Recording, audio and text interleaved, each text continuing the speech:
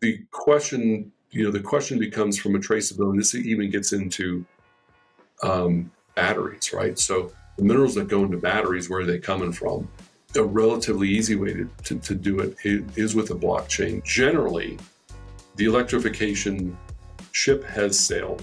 It's out there and it's not coming back. Yeah. The realities of life are the EV mandates don't matter anymore. Don't need EV mandates because people want to disrupt the disruptors. That's the law of unintended consequences, that the people that were pushing to get rid of hydrocarbons and to push everybody into wind and solar didn't realize that, oh my goodness, in order to produce the windmills and the solar panels, we actually need all these metals and minerals that we don't have.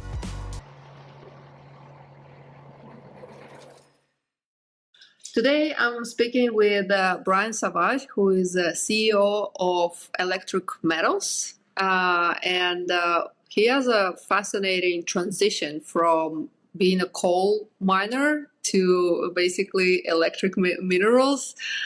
Brian, how did it happen? What happened? Well, it was a long transition. Yeah. Probably.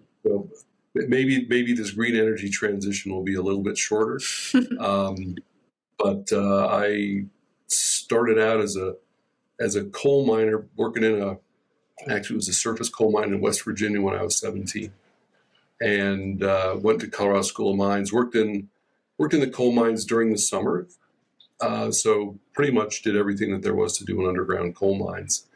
Went to Colorado School of Mines. Actually got a minor in coal, got a Bachelor of Science in Mining Engineering with a minor in coal. Went to work in the coal mines after I graduated, and then went back to School of Mines for a master's degree in mineral economics, and I wrote my master's thesis valuing gold mining companies. And so that's probably where the transition started, from coal, moving from coal into other metals. And when I was mining engineer for Bank of New York, we looked at a lot of coal assets, copper and et cetera. And then at Bank of Montreal, we really liked coal.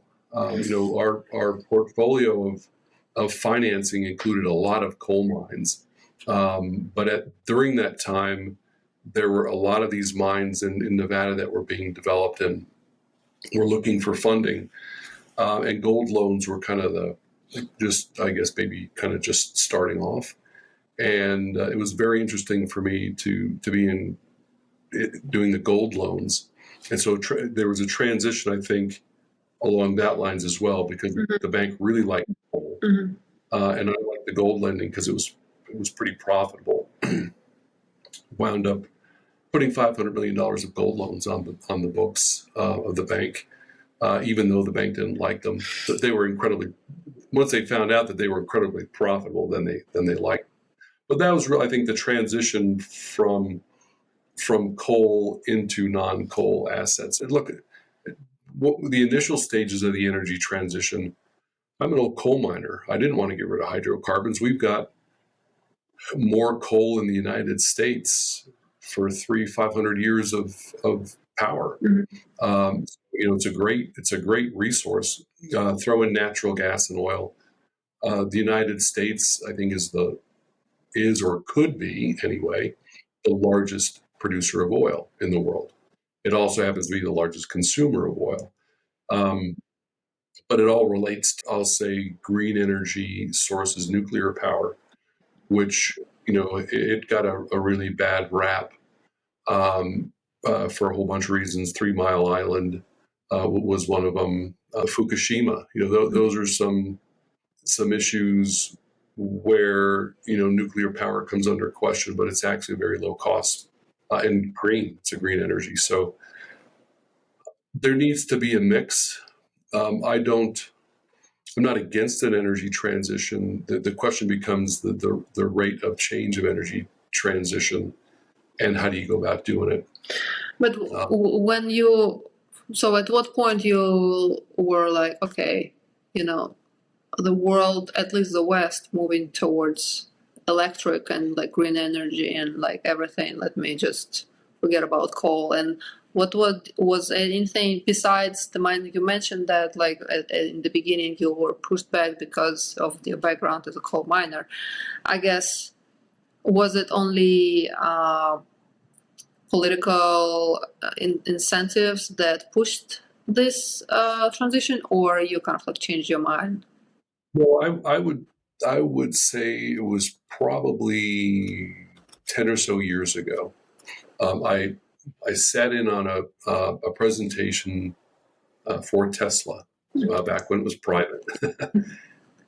So, talking with some people and going, you need a lot of these various metals are going to be required for this electrification. So that was kind of the very early days of electrification, and I was working in the Congo, and so they've got some pretty interesting lithium assets in the Congo, and that was one of the things we were looking at.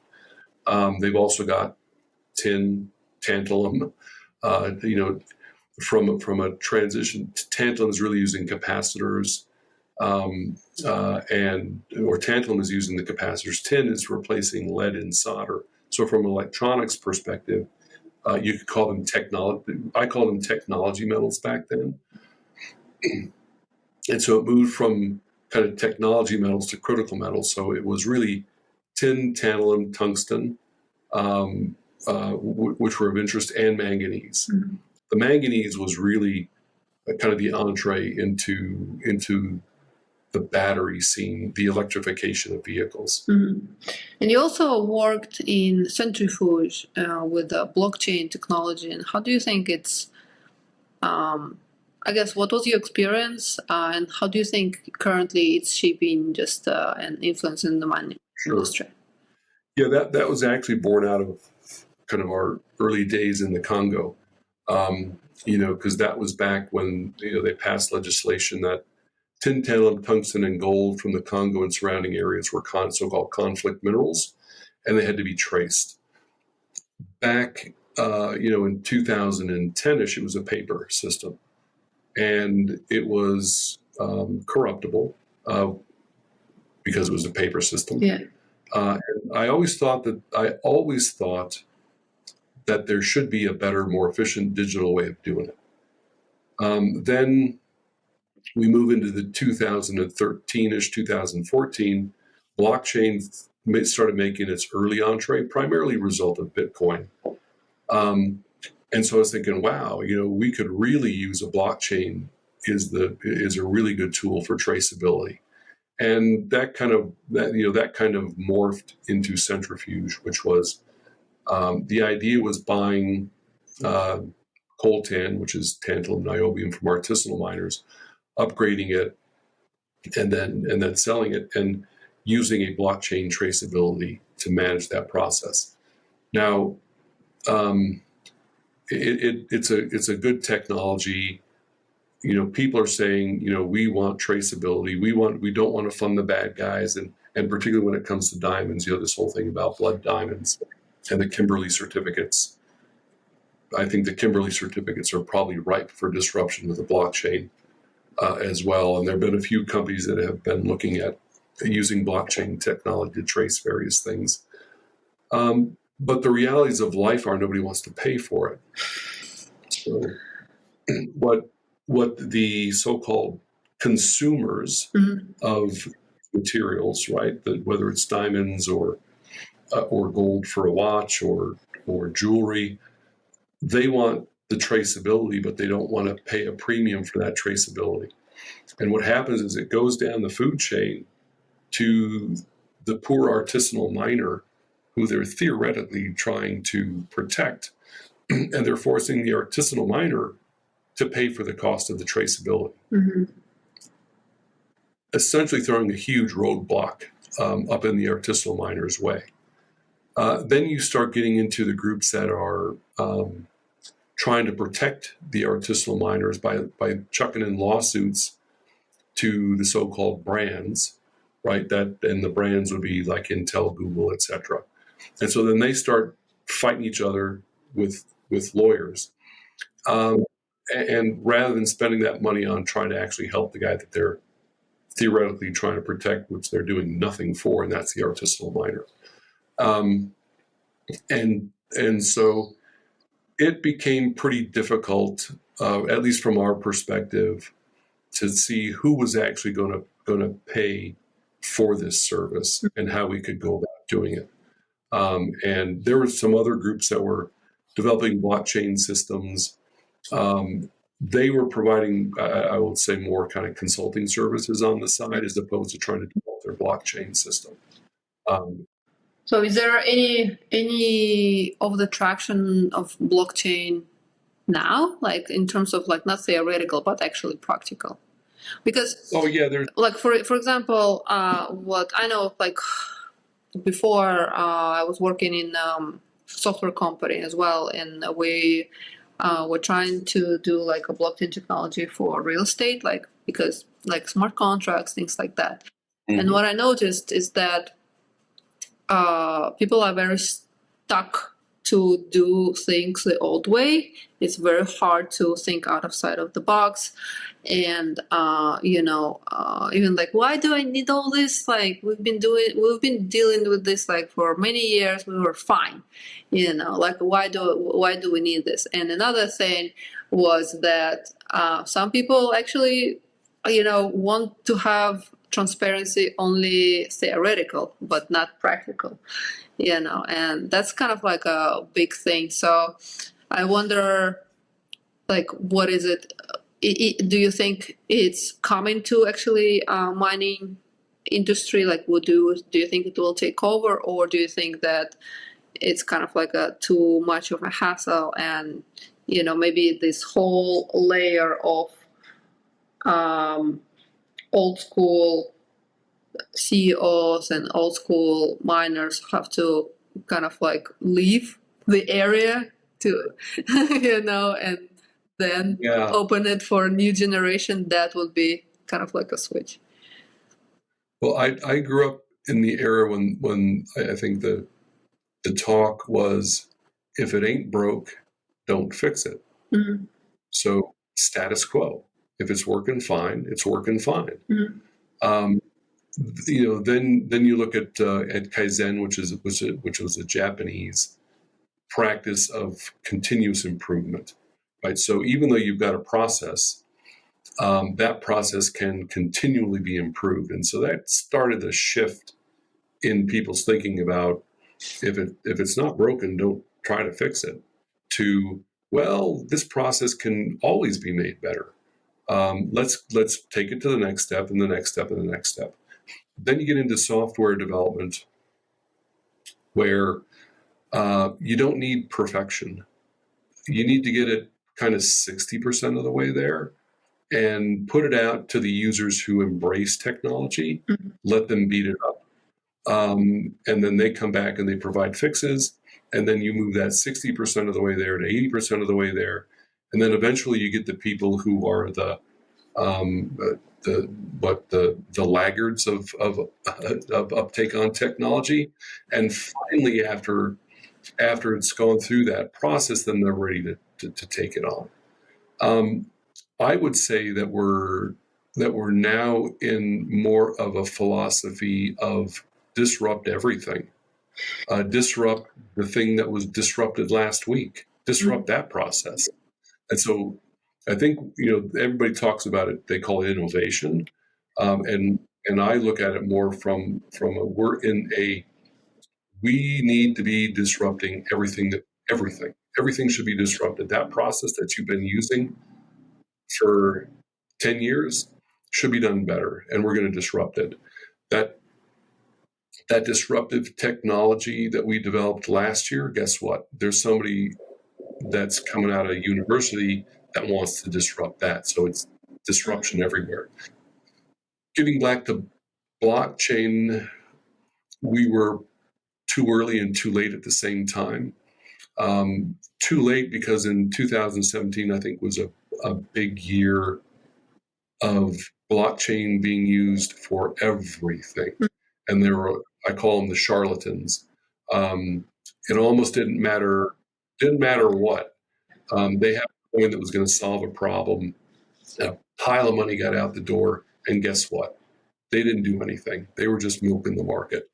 And so in 2018, when we were really trying to get this off the ground, there was a backlash against, oh, that was a flash in the pan technology. It's never going to work. It's certainly never going to work in the Congo or these high risk areas, et cetera, et cetera. And so, we were in on a co-creation workshop that was being hosted and funded by the USAID to how do we facilitate our gold that's leaving the so-called back door in the Congo, and a lot of that artisanal gold goes into the illegitimate supply chain. And so, what can we do to solve that? And we were proposing a blockchain solution to do that. And again, I think it came down to the fact that 2017, a lot of charlatans in the market. 2018, there were just a whole bunch of people in that community that were completely anti-blockchain. And so the project didn't get approved. There were some other groups that continued to press and push and move the blockchain down the track, and they were using them in the mining space. And they're getting some minor traction, but I wouldn't call it mainstream. So there are some companies that using blockchain for in mining industry, right? Yeah, there are some diamond groups, basically almost kind of calling it more for tracking and ensuring what I'll call high value assets. Whiskey, art, diamonds, I guess real estate, you could do that. Basically, you digitize an asset and you can stick it on the blockchain. And it becomes a function of, it's that age old problem also of, I have a solution looking for a problem. And so a lot of people, I think at that point were viewing blockchain as a solution to a problem that doesn't exist, or an overkill solution to a problem, when there are other things. When there are other things that you can use, right? You don't need a super mainframe computer to multiply 35 times 76. You pick up your iPhone and you do it there. Similar to a thing, there are really good applications for blockchain, and there are things where you can get away with not having to put stuff on a blockchain. Well, I think it's like also a mindset switch. Like, for example, there are countries that operate on blockchain, like Estonia, I think Georgia. Like it's very good for like contract traceability and everything like that. But at the same time, it became like we were doing blockchain like in 2018. Like that's what. But then me, I just remember like a client came and it was like, we want blockchain. Like, why? Why do you need, like, it became like a buzzword. It's kind of like what, like in 2008 was like nanotechnology. That was like the buzzword, like everything should be nanotechnology. So you're saying currently it's kind of like more used in the diamond area, but not in gold, like not in... High value. I'm sure there are some producers out there using it for gold. I couldn't point to them right off the bat, because when you're dealing with tintal, tungsten, and gold from the Congo, you got to have a traceability system. But I haven't really been involved in that space. Kind of as I kind of moved away from the blockchain because I couldn't get traction, and it doesn't mean that people don't have traction. They do. The other issue was, back in the early days, there were a number of different blockchains. So Intel had, IBM had one. There were 5-ish, kind of what you might call more mainstream, plus plus the blockchain behind Bitcoin, plus Ethereum, plus et cetera. And so the question becomes, what platform will these platforms talk to each other? Which one's going to win? Because bigger companies, they want to let everybody fight it out to determine who's going to win, and then go with whoever wins, whether it's better or not. So you have that issue. Then you've got transaction costs. We were developing on IBM's and Intel's blockchain, and it was essentially free for us to develop. and do that. We then did some work on Ethereum, and it was expensive to develop a blockchain because you had to pay all these transaction fees while you were developing your project. I think there's certain places for a blockchain. The question becomes from a traceability. This even gets into batteries, right? So the minerals that go into batteries, where are they coming from? And we want to make sure that they're not coming from someplace of a high risk, and that's making a bad guy rich, right? And then be able to trace all these things. Well, how do you trace all this stuff through the system? A relatively easy way to do it is with a blockchain. You just have to set it up and do it. And it's just when you transfer something, you click a button and away you go. It's not that difficult. Mm-hmm. But who'll make a decision? CEOs of the company, or those who are like on the supply chain?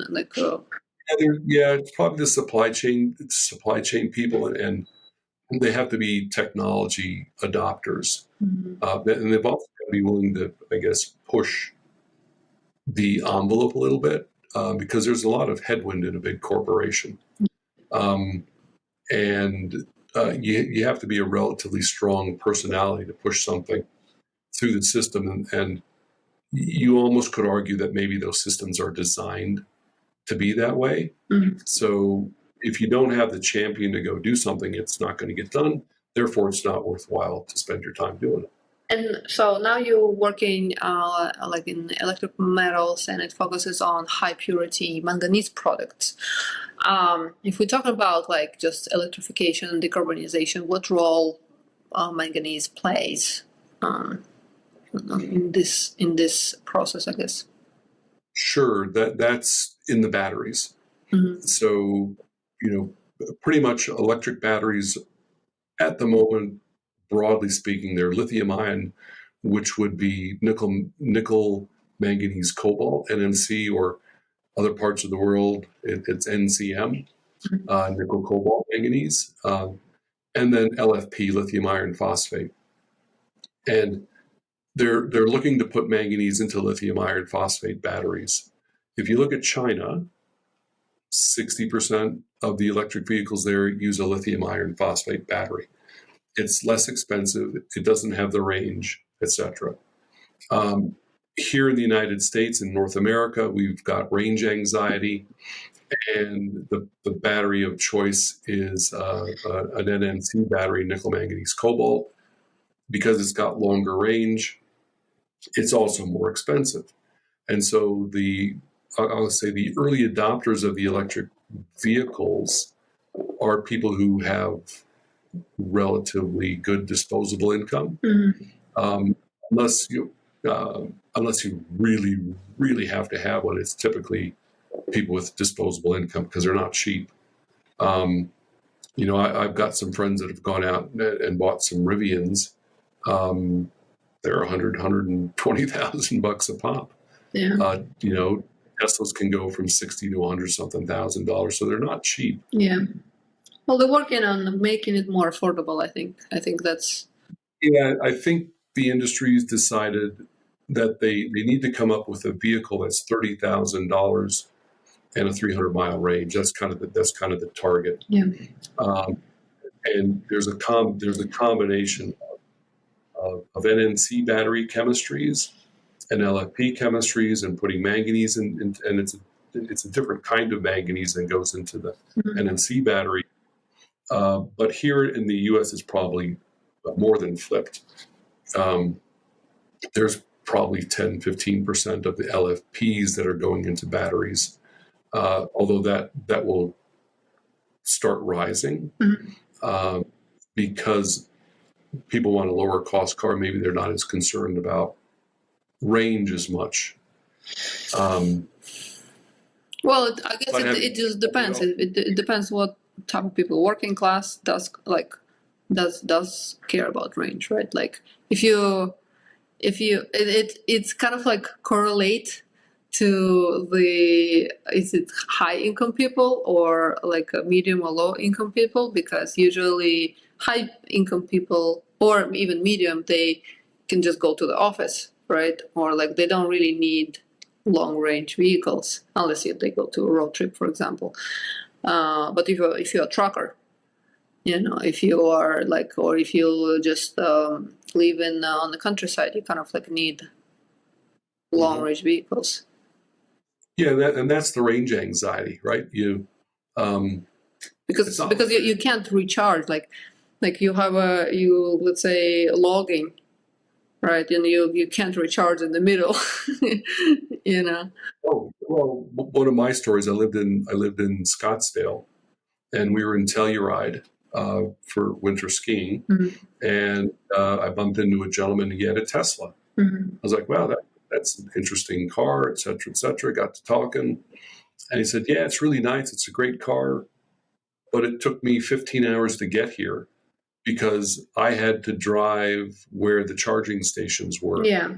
In order here. So, yeah, it's a fun car. It's a fun car. Even it's a fun car to have on a road trip because it have like now, especially it's like self-driving. But it's and now I think this network of chargers is more dense than it was before. But let's say it's doesn't perform good. Let's say in cold conditions and like a range. You think that you have 200 miles. But you don't really, like you have like maybe 150 and stuff like that. Well, yeah, it's both. It's cold and hot. Yeah. Because I rented a Tesla when I was in Phoenix, and when it's hot, you're using the air conditioner, and so you're draining the battery, as opposed to when you're in Minnesota maybe, and it's cold, the battery has a little harder time. So yeah, it'll take having chargers on every corner, like a Starbucks or a 7-Eleven, traditional gas stations. But there's a market. Well, generally, the electrification ship has sailed. It's out there and it's not coming back. Scooters are electrified. Motorcycles are being electrified. Cars are electrified. Trucks are being electrified. Buses are being electrified. Helicopters are being electrified. Helicopters. Yep, they're called. There's a company that produces an EVTOL, electric vertical takeoff and landing. It's a helicopter, 2-passenger helicopter run on a battery. That's right. There are aircraft companies looking to develop battery-powered airplanes. Now, I think step one's going to be a hybrid because you use an enormous amount of power taking off and landing. But once you're up in the air, you could probably run off of battery. The other thing that needs to happen is the power per kilogram of battery to increase as well. And I think for the airplane, it may be pushing, 1,000 kilowatt hours per kilogram or whatever that metric is. That's what I was thinking too. For an airplane, you will need like a huge batteries, at least at current, because Teslas are like very heavy. They never flip really, or you need to have some type of innovation that actually can, include bigger range, longer range, and with a higher density, higher density chemistries, exactly. Right? That's where the driver goes to hide it. And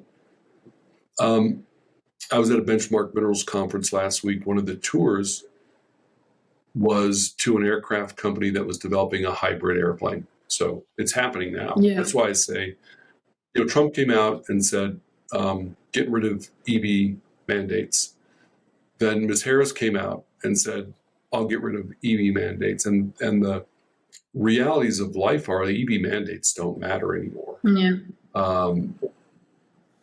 Don't need EV mandates because people want to disrupt the disruptors. And so you now have, Tesla was the leader, and now everybody wants to disrupt Tesla. Everybody wants to put Tesla out of business by by building their next car that's supposed to be better than Tesla or whoever, right? So Yeah, but I feel like it doesn't work like that. I think in that area, same as like in AI, I think the earlier you are engaged, you kind of like ahead. You're too far. Unless they just disclose all of their advancement, that they did.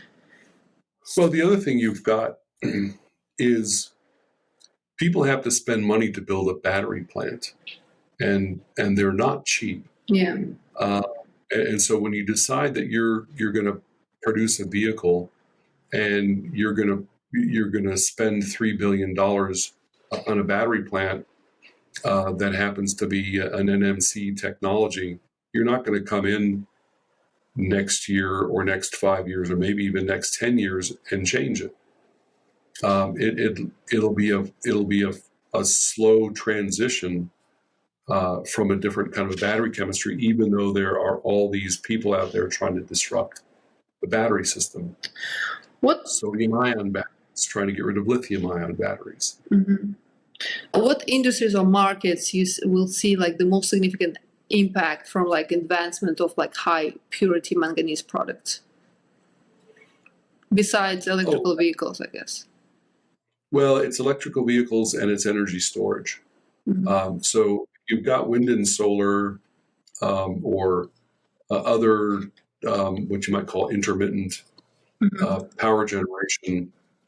You need to be able to store it somewhere, and uh, that's another place where batteries come in.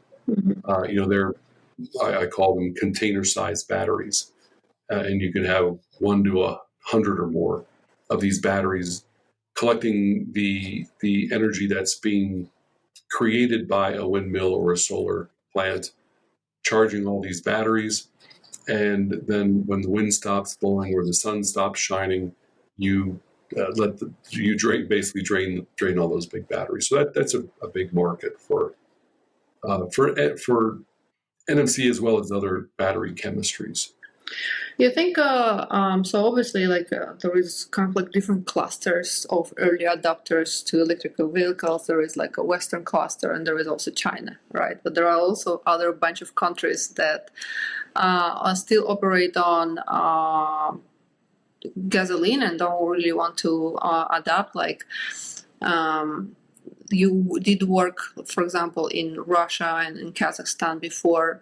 What do you think? And obviously, especially for Russia, I mean, Russia has like a lot of minerals, but oil is one of the oil and gas is one of the biggest resources. What do you think will take for those regions to adapt and kind of like include the trend? Because, for example, Ukraine, I know that they have like a bunch of electrical vehicles. Like a long time when I was there, like before the war, like there were a lot of like Ubers that are operating on electrical vehicles. In Russia, not so much. Like there is no, I mean, there is a question of chargers, like let's say in Moscow, because when you operate in the city, it's harder to charge, because you don't have a house, you have an apartment. But I didn't really see except electrobus. We call them trolley bus before. They were kind of like this, like they had like these antennas. Yep. But now they're like electrobus. So what do you think will take those like regions to adapt to this new trend of like electrical vehicles? Well, with regard to Russia, it would be Mr. Putin stop spending money on bombs and start spending money on charging points. But why? Why would he do that? That's the point. Like not even like bombs aside, right? Bombs aside, why would he do that? Like brand consciousness, because everybody wants to be driving the latest and greatest, no matter where you are. I can remember being in Kazakhstan 25 years ago, and everybody wanted the Mercedes G-Wagon. They didn't care how much it cost, and it was a status symbol to have a G-Wagon. And so what winds up happening is it becomes a status symbol to be driving an electric car to start. And and so it will be that status that starts to drive the demand. Yeah, those Someone's gonna regions, show. those regions are big on status, especially like Russia. They want to. Yep, exactly. And so, so someone's going to be the first one to have that, whichever car, and then the next guy is going to go, oh, I need to show how much status I've got, and then the next thing you know, instead of the roads being full of Mercedes, they're going to be full of electric vehicles, and then that's going to some government official who wants to have the status is going to wind up getting an electric vehicle. And then he's going to want to know where he's going to charge it. And all of a sudden, you're going to have chargers being built because government officials want to charge their vehicle. Right. And like So that's what it'll be. It's status symbol that's going to drive it in those regions. Speaking of those regions, like you did work there, you did work in like Amur region, if I'm not mistaken, in Russia, right? Like in Amur, yeah. In Khabarovsk. Khabarovsk, yes. And up in Amur. Yeah, and in Kazakhstan, those regions are not very big on environmental concerns, like in terms of the regulations.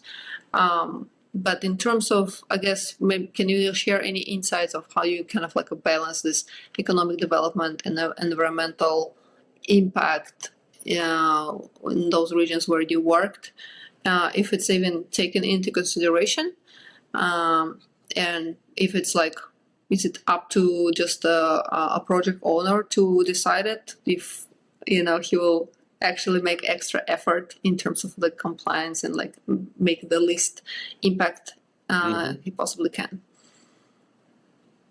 Yeah, I would say that they actually do have environmental requirements in Russia and in Kazakhstan and pretty much almost everywhere. But I'll say as a foreign country, meaning that you're not a Kazakh or Russian company, but a foreign company. We used to say Western, but let's include everybody.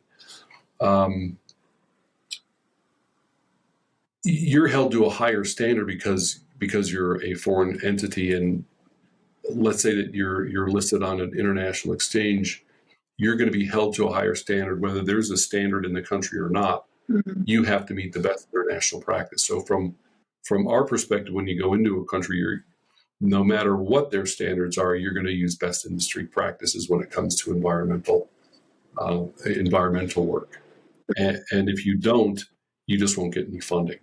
And that kind of starts to drag. You're speaking about like, especially when you submit this like mineral resource estimation, like this SK 1300 reports, like PFS reports. Yeah, because if unless you're funding it out of your back pocket, you're typically going out and raising money from institutional investors through stock exchange, fund managers, etc.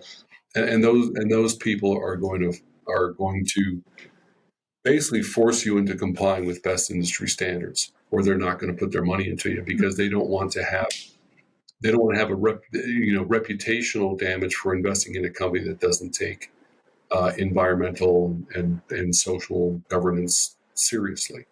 So you have to meet best international practices. And one of my contemporaries, I'll call it, in grad school, wrote her PhD dissertation on the fact that if you actually comply with or exceed environmental regulations, it actually saves you money, because you don't wind up battling with all the agencies coming after you for polluting the environment and loss of revenue or investment from other people. So that was back a long time ago, that meeting best industry standards was a requirement. It kind of goes back to the 1960s when the activists came out and said, we want clean water and clean air. And companies of all kinds, not just mining companies, chemical companies, everybody, we want you to comply with environmental standards. And before that, the use of the environment was not being charged by society, so it was a free disposal. then all of a sudden people came around and went, wait a minute, we want to charge for that. And the mining company, I'll say all companies were pushing back because of the increased cost. Yeah. Eventually what happened was they all found out that you could actually do things to best standards and lower your costs at the same time. So it's just the same, it's the same thing. As they keep pushing you to move further and further, you keep trying to get as close to that ultimate target, which is 100%, which you might not ever get there, but it's a goal that everybody wants to try to get to. Why do you think then there are so many objects? I mean, now I'm thinking that I don't think that if they owned by foreign companies, but there are so many objects in Russia and Kazakhstan that don't comply. They don't comply to environmental standards. People like dying from cancer and stuff. So yeah, they're unfortunately they're not just in Russia and Kazakhstan; they're everywhere. Yeah, I'm sure that there are places here in the good old U.S. of A. where companies are doing things that they shouldn't be doing, and they're not getting caught yet. Mm. But you hear stories all the time about. So they can be just compliant on paper, but they're not.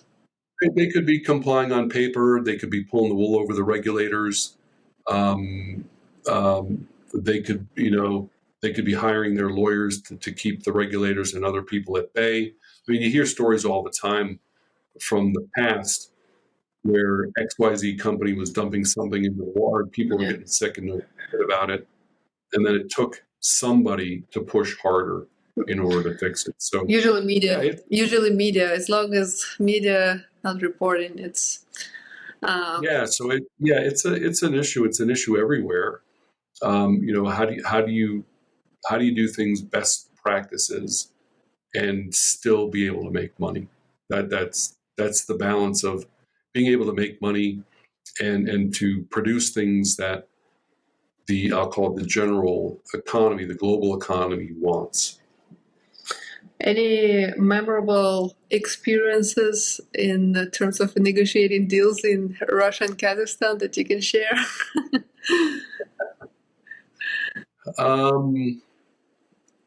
Well, it's always a challenge.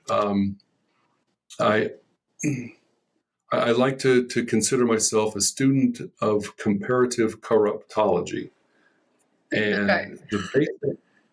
the basic premise of that is every system is corrupt, and it's not just country; it's every system is corrupt.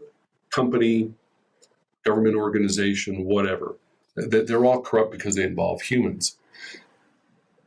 The other way of putting it is there's a set of rules everywhere as to how you operate, and there's the legal framework, there's the legal system, the legal way, and then there's kind of what I call the operating realities of how things actually happen, and they're not always the same.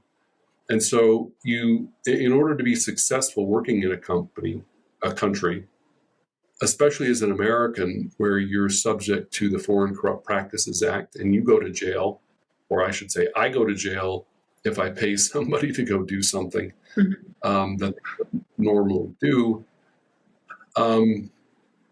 which I'm not going to do. But I'm also subject to the UK Bribery Act and almost every bribery act that's out there. So you have to understand what the system is, how it works, and then you have to be able to work within that system to do things that if you do them one way, it's an illegal thing, but if you do it another way, it's not. Mm-hmm. For example, mayor comes to you and says, give me, pick the number, $1,000 because I'm going to go paint the local school. Well, that if you give the guy $1,000, maybe 100 of it goes to paint the school, and the school gets maybe one room painted. Mm-hmm. And you go, well, I can't give you the $1,000, but I can go paint the school. And so he gets almost what he wants, because he wants money in his pocket, but he also wants the school painted. And so in this case, he necessarily get the money in his pocket, but he gets the school paid in, and people are happy. So that I call it. That's how you have to understand things. And working in this country is different working in that country. And a friend of mine always said that, Brian, the first year in any country, you're a fresh fool. And the question becomes, do you remain a fool after that first year, or do you learn? Right. And so you need to learn about how things operate, because the way they operate in New York City is going to be different than how they operate in Kazakhstan or Russia. And it's going to be different than how they might operate in Chicago or Denver. So, do you have any type of kind of key points that you could point out in terms of the risk management in high risk countries where you operate that you can recommend, like people, okay, definitely do X, Y, Z? Well, yeah. Well, that's an interesting one. In Kazakhstan, I'd come just out of being a banker, and I remember we were closing a financing, and typically you get all the documentation done, and then you sign them. Mm-hmm. And I can remember being in with the vice chairman of the bank. I got called in there like 9 o'clock on a Friday, and he just signed them. I was like, well, we really haven't finished He's like, that's okay, we'll get it done later. Mm-hmm. But things work differently, and you got to be a little bit nimble on how things work. But from a risk perspective, that's an interesting question, because if you're a big company, they'll tell you that I need to spend $1 billion in order to make it make sense for me to take a risk in this high risk country. And you could almost argue the exact opposite, that if it's a high risk country, why don't you start out with a smaller investment, figure out how things work, and then move your way up to get that organized. But from a risk perspective, I wound up working in some interesting countries, the Congo, Ukraine, Kazakhstan, Russia, Guinea, etc. Number one, you have to understand the laws. So if they have a mining code, it's probably a good thing to read it, because generally that's how they apply it. Right. My kind of first as an investment banker going into Kazakhstan, the first thing I did was ask for the mining code, and I read it, because there were some questions about certain companies were having licenses taken away, and people were thinking, oh, it's the government's doing these bad things. And here I was, an investment banker. I read the mining code and I went, these guys obviously didn't read it, because the reason that they're getting taken away is because they didn't do this. So rule number one is go read the law and work within their law, not your law, because those are two different things.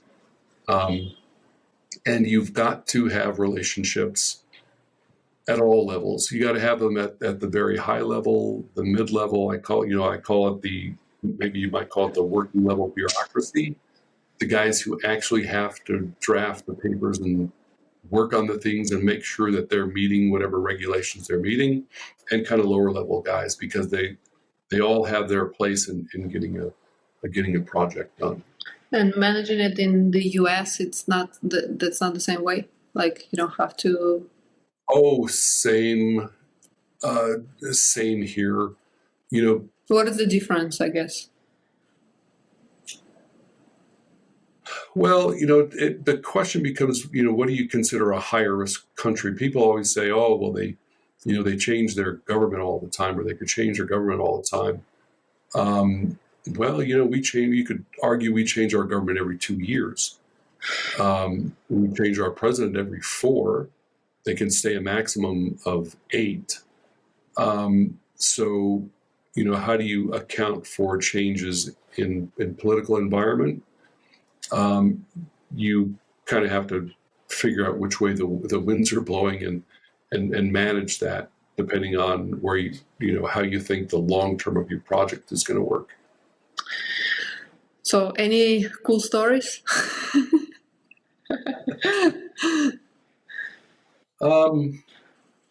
Well, let's see.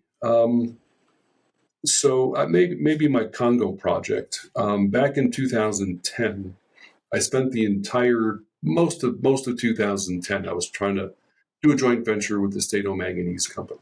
The railroad hadn't been completely built by the Chinese, and our strategy was we have a pretty good idea that railroad's going to be built to the border by 2013 back then. And it's going to take us a couple of years to go through all the feasibility study work so that by the time the railroad's there, we'll be done, we'll be ready to go. Unfortunately, kind of in December of 2010, they decided to do a deal with somebody else. Actually, their former joint venture partner was a guy named Dan Gertler. Mm-hmm. And I said, well, probably not much is going to happen on those assets. Nothing did. And then I saw in 2018, they had made a shipment of manganese out of the Kasengi project. Mm-hmm. And there we go, kind of missed that one. And then I swear it was like 6 months later, Mr. Gertler gets on the U.S. sanctions list. For bad behavior in the Congo. And wound up on the sanctions, and he's still on the sanctions list for bad behavior in the Congo. But I'll say regimes change. There was a new president that came in, and so we decided to go back after to do a joint venture with the Kasengi, and it just took a long time and a lot of patience. I think the reason that we got it where others failed was, number one, we offered them the best proposal of any of the peers or competitors, you might say. Mm-hmm.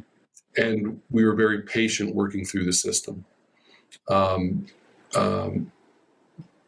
that's one of the reasons that it took so long. And I had some of my colleagues telling me that certain people were telling them to tell me that I need to understand how things work in the Congo. And I said, I know how things work in the Congo, and that's why I'm not doing it. So you kind of have to stand your ground when it comes to certain things. And we eventually wound up getting that joint venture signed, quite frankly, because it was the best deal that anybody's ever offered them, to let them potentially participate in taking that company public so that they could participate in the upside of taking that company public. Whereas in the past, if you look at the transactions that were done, the government may own 20% at the local level. Mm-hmm. XYZ company, then they take it public and they turn it into a $1 billion company, and the government's still sitting there with nothing. Mm-hmm. As a, kind of like, I guess, early adopter as far as like electric metals, since you kind of like said that you did this shift in 2010, right? Kind of like in mm-hmm. terms of the shift, you kind of like see how the industry developing. Where do you see it like in 20 years? Because like usually people understand what's going to happen by 2030, but where do you think it's going to be in 2050? Well, there'll be more electrification for sure. There'll be more electric cars. There'll be the broad range of electric cars from more, I'll say, less expensive to the very expensive. Just like we have gasoline powered cars now, you can spend less money on a gasoline car. Or do you think it's going to be some significant advancement in terms of the density of batteries, and like the actual vehicles will be able to do like long range? Yeah, I think LFPs will there'll be more LFPs and there'll be more manganese in the LFPs. Mhm. Um, I think one of the issues that I'm hearing from the M in LFP batteries is the manganese tends to deteriorate over time, and so at a certain point, that manganese may not be there. And so how do you keep the manganese in that battery chemistry for the longer term? I think the other thing that we'll have a lot more of is recycling of vehicle batteries, because we'll be out 15, 20 years, and those batteries will have long reached their useful life, and they'll start coming back into the recycle economy. There'll be a whole lot more of that. Right now, um, I'll say over the past 5 to 10 years, the research has been, let's get a battery that we can put in a car. Yeah. We're not worried about recycling. Mhm. Now people are worried about the circular economy, and how do we create a battery? How do we design a battery for being recycled? Because you've got all these different I'll call them chemicals and metals in these batteries.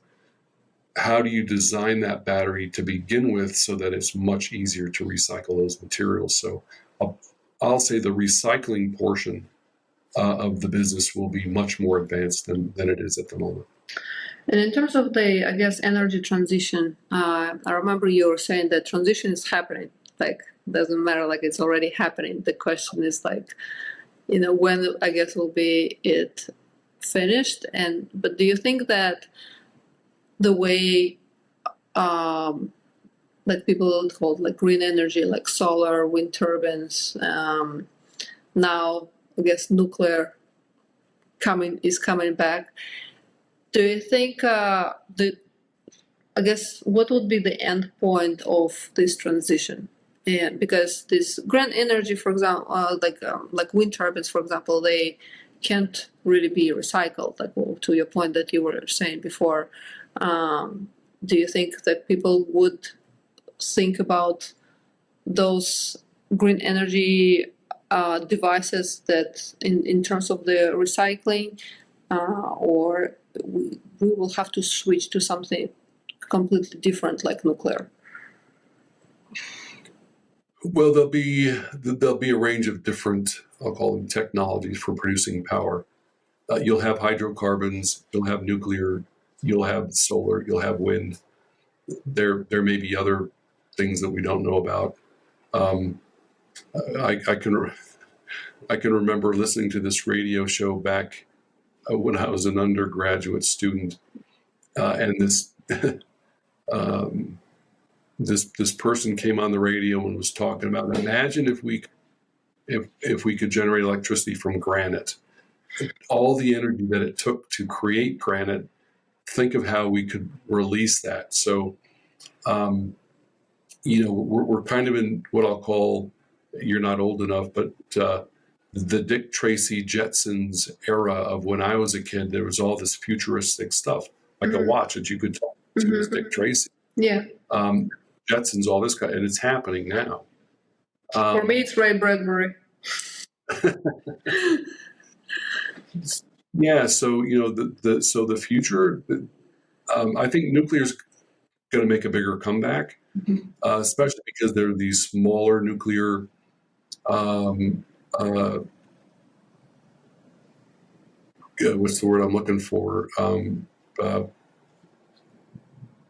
Pieces of equipment that could power a specific project, not just a big nuclear plant like a power plant that's going to power a whole area, but just specific use. And I remember talking to to the guys at the National Nuclear Center in Kazakhstan back in the late '90s, and they said, "Yeah, we have these little mini nuclear power plants that we could use." So they've been on the drawing board for a long time, and they're now kind of coming into existence. So you'll probably see more nuclear. I think you'll see a lot more solar for sure. Like here in Denver, Arizona, it's almost no reason that people shouldn't have solar. It's driving the cost down. But aren't they like bad for environment when they're in the end of their life? life. Yeah, it all comes down to the circularity and the recyclability of all this stuff. They just bury them. I think like once the solar battery is like done, they just bury them, and they actually poison the soil. Yeah, and So it's like green until that moment. well, yeah, exactly, and you could argue that that's what chemical companies did, right? They're producing all these chemicals that are used for useful things in life, but the areas around the chemical plants are not so good.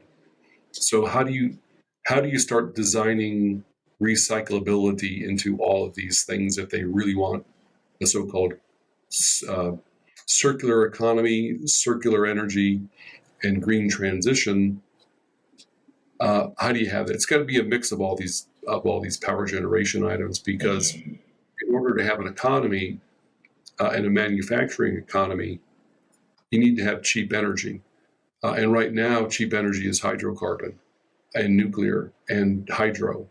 Yeah, it'd be nice to have lots of hydropower, but you need a big river, and you have to be willing to uh, build a wall up in front of that river and flood certain parts of it.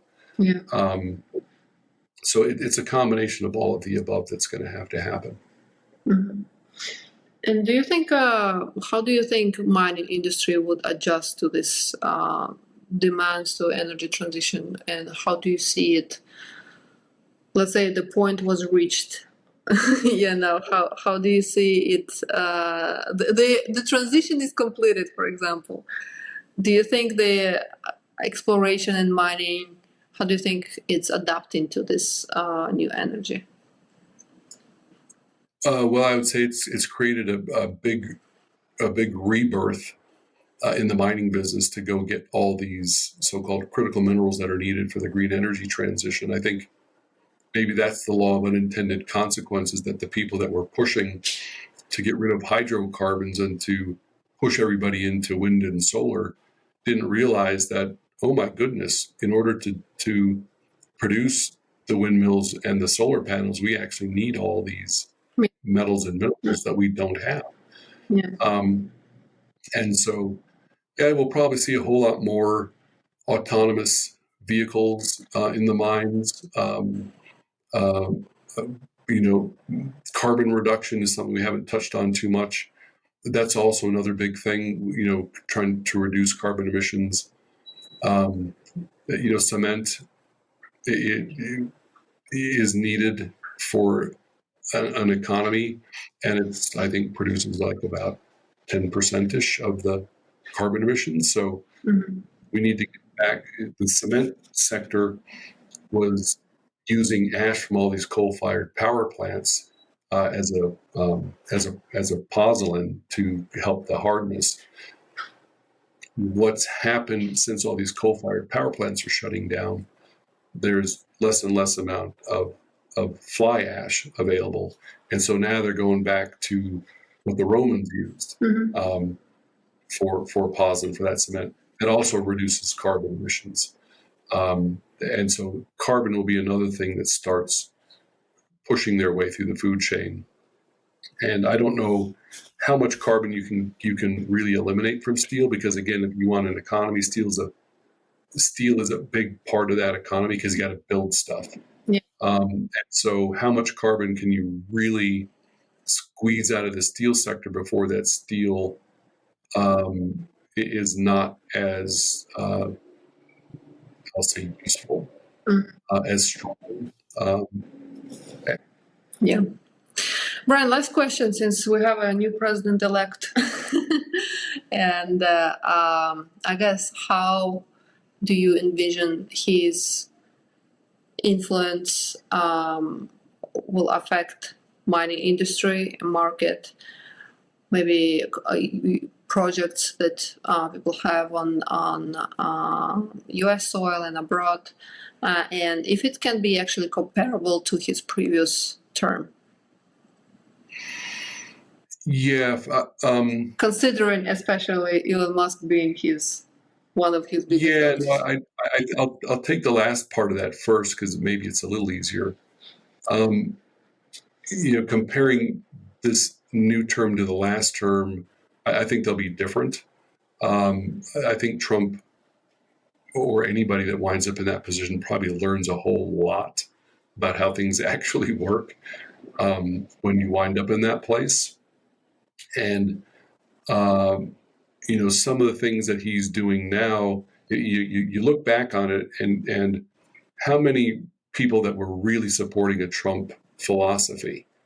And maybe they were part of some old Republican regimes, and so they weren't necessarily in lockstep with what he wanted to do. Maybe they're actually more fighting against it. Now he's learned, and he's probably maybe gained more relationships. So maybe the people that are working with him are more aligned with him.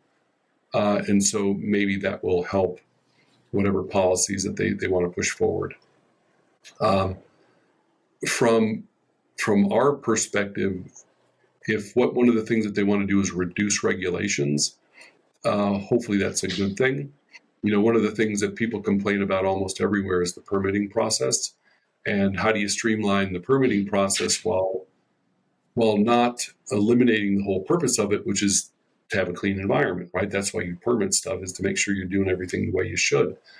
So how do you streamline that so that we can start producing the things that we want to produce?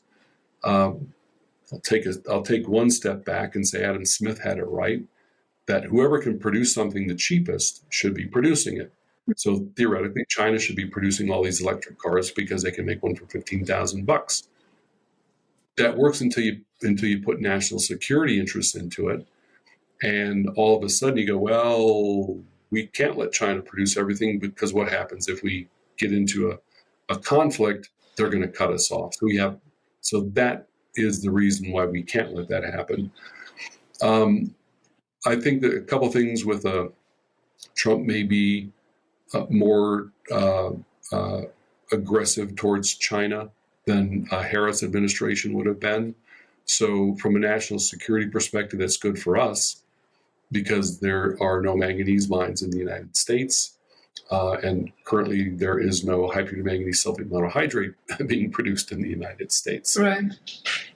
I think he was also a little bit more, I'll say, pro-mining and than the Biden administration was. So I would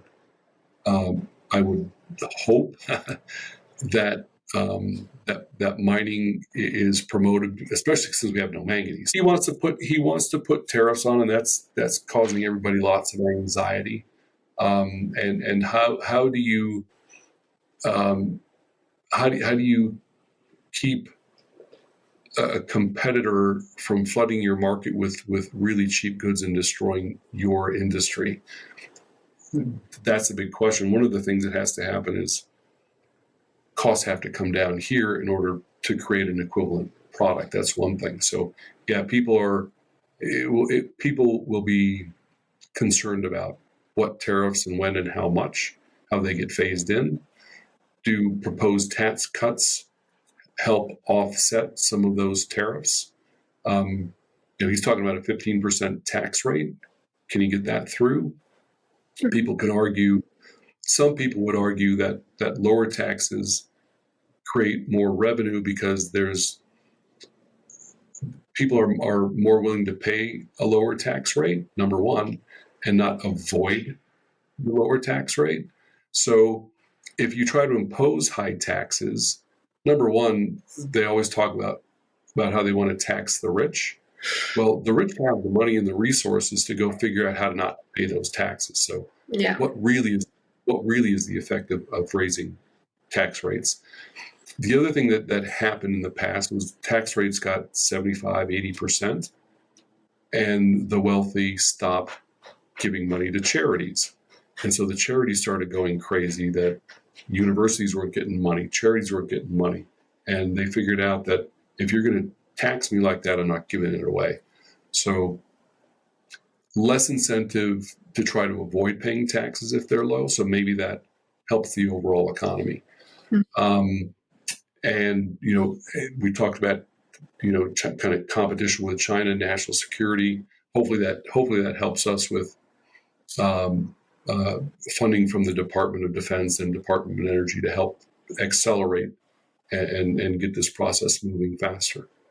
So, what's the overall impact? I think from our perspective, it should be positive, because if he wants manufacturing in the U.S., then in order to do that with U.S. goods and services, then they should be supporting a manganese mine in the United States, and they should be supporting high-purity manganese sulfate monohydrate plants using manganese from the United States.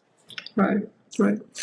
Well, Brian, thank you so much. Thank you so much for your time. I hope we get to do it once again sometime in the future. But it was very interesting, and I appreciate your insights. No, thank you very much. I had fun.